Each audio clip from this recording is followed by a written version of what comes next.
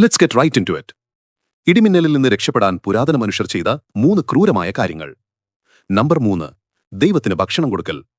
നിങ്ങൾ മഴയുള്ള ഒരു ദിവസം ഒരു നല്ല കടുപ്പം കൂടിയ ചായയും കുടിച്ച് ജനലിലൂടെ പുറത്തേക്ക് നോക്കിയിരിക്കുകയാണെന്ന് സങ്കല്പിക്കുക.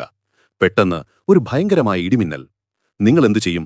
ജനലടയ്ക്കും, അല്ലെങ്കിൽ വീടിന്റെ ഉള്ളിലേക്ക് കയറും. ഇത് 21-ാം നൂറ്റാണ്ടാണ്. എന്നാൽ പുരാതന മനുഷ്യന്റെ അവസ്ഥ ഒന്ന് ആലോചിച്ചു നോക്കൂ. അവർക്ക് ഇടിമിന്നലിന്റെ സയൻസ് അറിയില്ല, അത് വൈദ്യുതിയാണ് എന്നും അറിയില്ല. അവർക്ക് മുന്നിലുള്ളത് ആകാശത്തുനിന്ന് വരുന്ന ഒരു അഗ്നിശരമാണ്. അവർ എന്ത് കരുതും? ദൈവം കോപിച്ചിരിക്കുന്നു.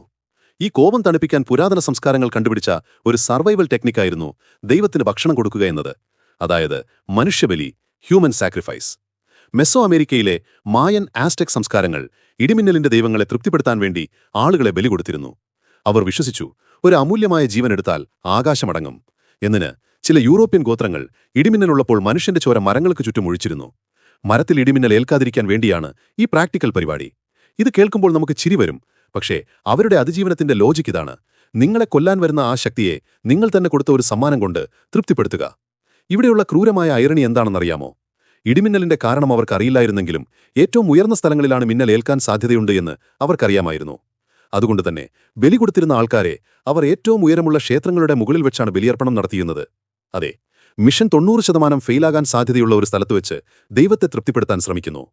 ദൈവത്തെ തൃപ്തിപ്പെടുത്താൻ പോയ ആൾക്ക് ഇടിമിന്നൽ ഏറ്റില്ലെങ്കിൽ അന്ന് അവൻ രക്ഷപ്പെട്ടു. കിട്ടിയെങ്കിലോ പ്രകൃതിയുടെ നിയമം നടപ്പിലായി. നമ്പർ 2, ചർമ്മം മാന്തിക്കളയുക. ഇതൊരൽപ്പം പീഡിപ്പിക്കുന്ന കാര്യമാണ്. നിങ്ങളൊരു തുറന്ന സ്ഥലത്ത് നിൽക്കുമ്പോൾ ഇടിമിന്നൽ വരുന്നു. നിങ്ങളുടെ തലമുടി നിവർന്നു നിൽക്കുന്നു. ഭയങ്കരമായ ഇടികേട്ട് നിങ്ങൾ താഴെ വീഴുന്നു. നിങ്ങളുടെ ശരീരത്തിൽ ഒരു കത്തുന്ന ദുർഗന്ധം വരുന്നുണ്ട്. ഇതാണ് ഒരു മിന്നലേൽക്കുന്നതിന്റെ പ്രൈമറി ലക്ഷണം. ഒരു മിന്നൽ നിങ്ങളെ നേരിട്ടേൽക്കുമ്പോൾ അതിന്റെ വൈദ്യുതി നിങ്ങളുടെ ശരീരത്തിലൂടെ ഭൂമിയിലേക്ക് പോകുന്നു. ഈ യാത്രയിൽ ശരീരത്തിലെ നാഡീവ്യൂഹങ്ങളെ, നെർവസ് സിസ്റ്റം എന്ന് അത് പൂർണ്ണമായും നശിപ്പിക്കില്ലെങ്കിലും നിങ്ങളുടെ ചർമ്മത്തിനു മുകളിലൂടെ അത് കടന്നുപോകും. പഴയകാലത്തെ ചില ആദിവാസി ഗോത്രങ്ങൾ ഇടിമിന്നൽ ഏൽക്കുന്നതിനെ ഒരുതരം രോഗമായാണ് കണ്ടിരുന്നത്. അവരുടെ ഒരു അതിജീവന നിയമം ഇതായിരുന്നു: മിന്നലേറ്റ് വീഴുന്ന വ്യക്തിയുടെ ശരീരത്തിൽ മിന്നലിന്റെ വിഷമുണ്ട്. ഈ വിഷം കളഞ്ഞില്ലെങ്കിൽ അയാൾ വീണ്ടും വീണ്ടും മിന്നലേറ്റു മരിക്കും.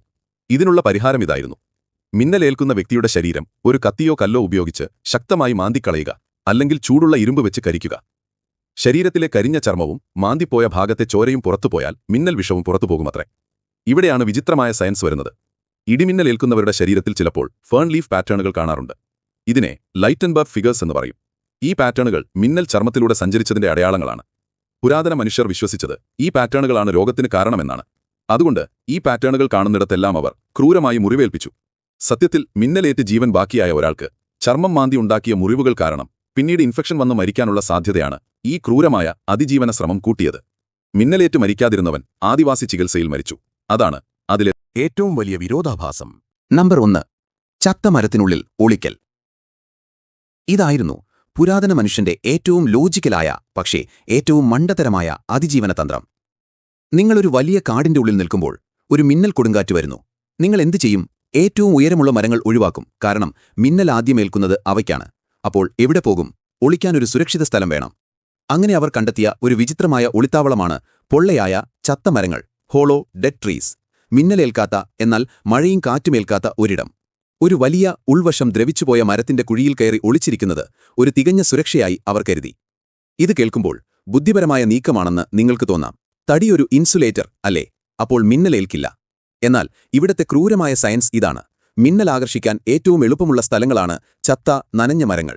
ഒന്നാമതായി, ജീവനുള്ള മരങ്ങളെക്കാൾ എളുപ്പത്തിൽ മിന്നലിന് ചത്ത മരത്തിലൂടെ ഭൂമിയിലേക്ക് സഞ്ചരിക്കാൻ കഴിയും. രണ്ടാമതായി, മഴ കാരണം നനഞ്ഞ ചത്ത മരത്തിന്റെ ഉള്ളിലുള്ള ഈർപ്പം ഒരു കണ്ടക്ടറായി പ്രവർത്തിക്കും. അതായത് നിങ്ങൾ ആ മരത്തിന്റെ പൊള്ളയായ ഭാഗത്തൊളിക്കുമ്പോൾ നിങ്ങൾ മിന്നലിനായുള്ള ഒരു ചാർജിംഗ് സ്റ്റേഷനിൽ കയറിയിരിക്കുന്നതിന് തുല്യമാണിത്. ഏറ്റവും ഭീകരമെന്തെന്നാൽ, ഒരു മിന്നൽ ഇത്തരം മരത്തിൽ ഏൽക്കുമ്പോൾ മരത്തിനുള്ളിലെ ഈർപ്പം ക്ഷണനേരം കൊണ്ട് നീരാവിയായി മാറും. ആ വലിയ മർദ്ദം കാരണം ആ മരം ഒരു ബോംബ് പോലെ പൊട്ടിത്തെറിക്കും. നിങ്ങൾ മരണമൊഴിവാക്കാൻ കയറി ഒളിച്ച സ്ഥലം നിങ്ങളുടെ ശവപ്പെട്ടിയായി മാറുന്നു. ഇടിമിന്നൽ കണ്ടാൽ ഒരു ചെറിയ പാറയുടെ അടുത്തോ അല്ലെങ്കിൽ താഴ്ന്ന കുറ്റിക്കാടിന്റെ അടുത്തോ ഇരിക്കുന്നത് ഒരു പൊള്ളയായ മരത്തിനുള്ളിൽ ഒളിക്കുന്നതിനേക്കാൾ 1000 മടങ്ങ് സുരക്ഷിതമാണ്. അതായത് മിന്നൽ ഭയം കാരണം മനുഷ്യൻ ചെയ്ത ഏറ്റവും വലിയ മണ്ടത്തരമാണ് ഈ മരത്തിനുള്ളിലെ ഒളിത്താവളം. That's all for today. I'll be making similar videos in the future. Subscribe to see them.